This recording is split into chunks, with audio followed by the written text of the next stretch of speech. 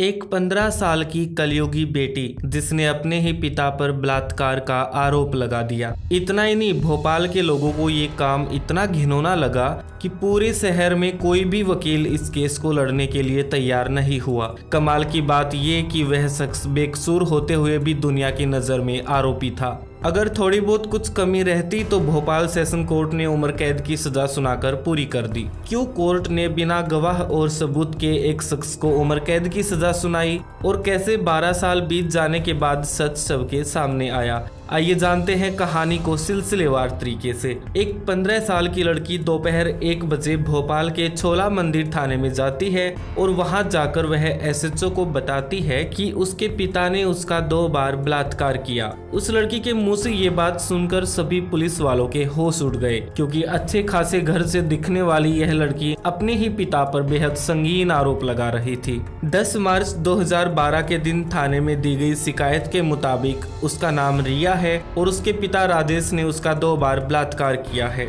रिया की शिकायत दर्ज करने के बाद पुलिस इसके पिता को ढूंढना शुरू करती है। करीब 5 घंटे बीत जाने के बाद 12 मार्च शाम 6 बजे पुलिस रिया के पिता को बलात्कार के आरोप में गिरफ्तार करती है। इसके बाद 2 दिन तक पुलिस राजेश को टॉर्चर करती है कि वह कबूल करे कि उसने बलात्कार किया है। राजेश पुलिस के सामने कबूल तो नहीं करता, मगर इस केस में उसके कबूल करने या ना करने से कुछ होने वाला नहीं था। 15 मार्च को राजेश को भोपाल सेशन कोर्ट में पेश किया गया, जहां से उसे जेल भेज दिया जाता है। इसी बीच राजेश के परिजन उससे जेल मिलने पहुंचते हैं तो उसने बताया कि वह बेकसूर है और उसकी बेटी ने उसे जानबूझकर बलात्कार के आरोप में जेल में डलवा दिया है। राजेश को भी एक और झटका मिलना बाकी था। राजेश की उसके रिश्तेदारियों, दोस्तों, आसपास के शहरों में बहुत ज्यादा बदनामी हो चुकी थी, जिसके चलते कोर्ट में कोई भी वकील उसका केस लेने को तैयार नहीं हुआ।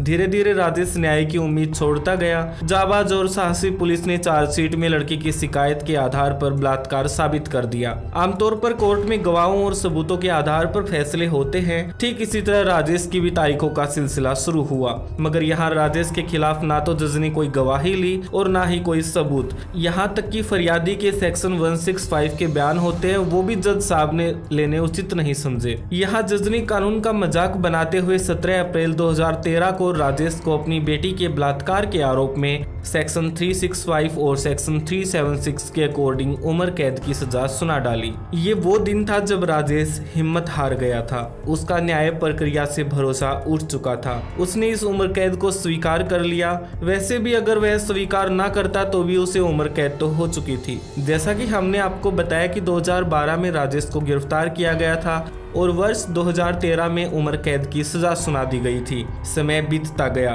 रिया, जिसने अपने पिता पर बलात्कार का झूठा आरोप लगाया था, उसकी उम्र अब 27 साल हो चुकी थी। वहीं उसके पिता जेल में उम्र कैद की सजा काट रहे थे। राजेश ने अपनी जिंदगी के 12 साल जेल में बिता दिए। अक्टूबर 2023 में भोपाल के विवेक अग्रवाल नामक एक बहादुर वकील ने राजेश के केस की फाइल पढ़ी। यहाँ विवेक ने देखा कि कोर्ट ने 165 के बयान लिए बिना ही उम्र कैद की सजा सुना दी, जो कि पूरी तरह से इलीगल है और यहाँ संविधान का मजाक उड़ाया गया था।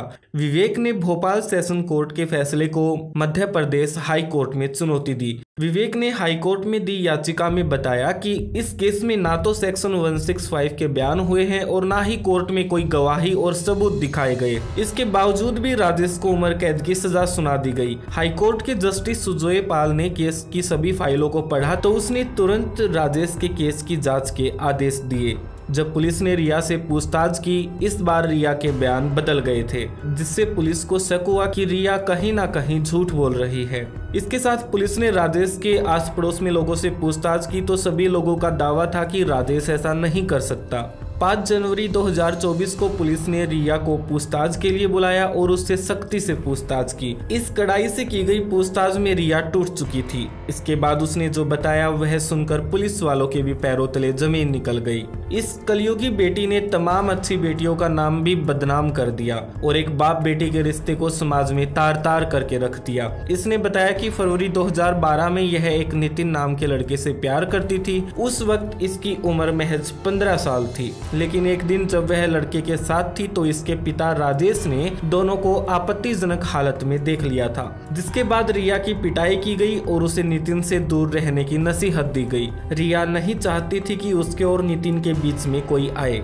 इसलिए रिया ने प्लान बनाया कि वह अपने पिता पर झूठा बलात्कार का आरोप लगा देगी और इसके बाद इसके पिता राजेश हमेशा हमेशा के लिए रास्ते से हट जाएंगे। इसी मानसिकता के साथ रिया ने अपने पिता को रास्ते से हटा दिया। ये बातें सुनकर पुलिस भी हैरान थी। पुलिस ने रिया के बयान और पूरा सच हाई कोर्ट में बताया और सबूत पेश किए। जस्टिस सुजोय पाल ने केस पर तुरंत कार्रवाई करते हुए राजेश को बाइज्जत बरी कर दिया। ये राजेश के लिए बेहद खुशी का पल था। राजेश ने अपनी जिंदगी का एक बड़ा हिस्सा जेल में काट दिया। जानकार बताते हैं कि राजेश अब एक तरह से बूढ़ा हो चुका है, क्योंकि जिनकी पैरवी अच्छी नहीं होती, यानी कि जिनके घर से पैसे नहीं आते, उन्हें जेल में कुछ अच्छा खाने को नहीं मिलता। हम इस वीडियो के माध्यम से विवेक अग्रवाल का भी धन्यवाद करना चाहेंगे, जिसने इस केस को उठाया और एक बेकसूर को इंसाफ दिलाया। ये रिया अकेली ऐसी लड़की नहीं है, इससे भी खतरनाक लड़की और महिलाएं हमारे समाज में आज भी हैं, जो किस पल में क्या रंग दिखा दे इसकी किसी को भी आहट नहीं है। बस जरूरत है तो सावधान रहने की। ऐसी तमाम लड़कियों और महिलाओं से बच के रहें और अपनी जिंदगी को जेल से बाहर रखें। आज की कहानी खत्म हुई। वीडियो अच्छी लगी हो तो वीडियो को लाइक और चैनल को सब्सक्राइब जरूर कर दें। फिर मिलते हैं किसी और सच्ची घटना के साथ। तब तक के लिए बाय।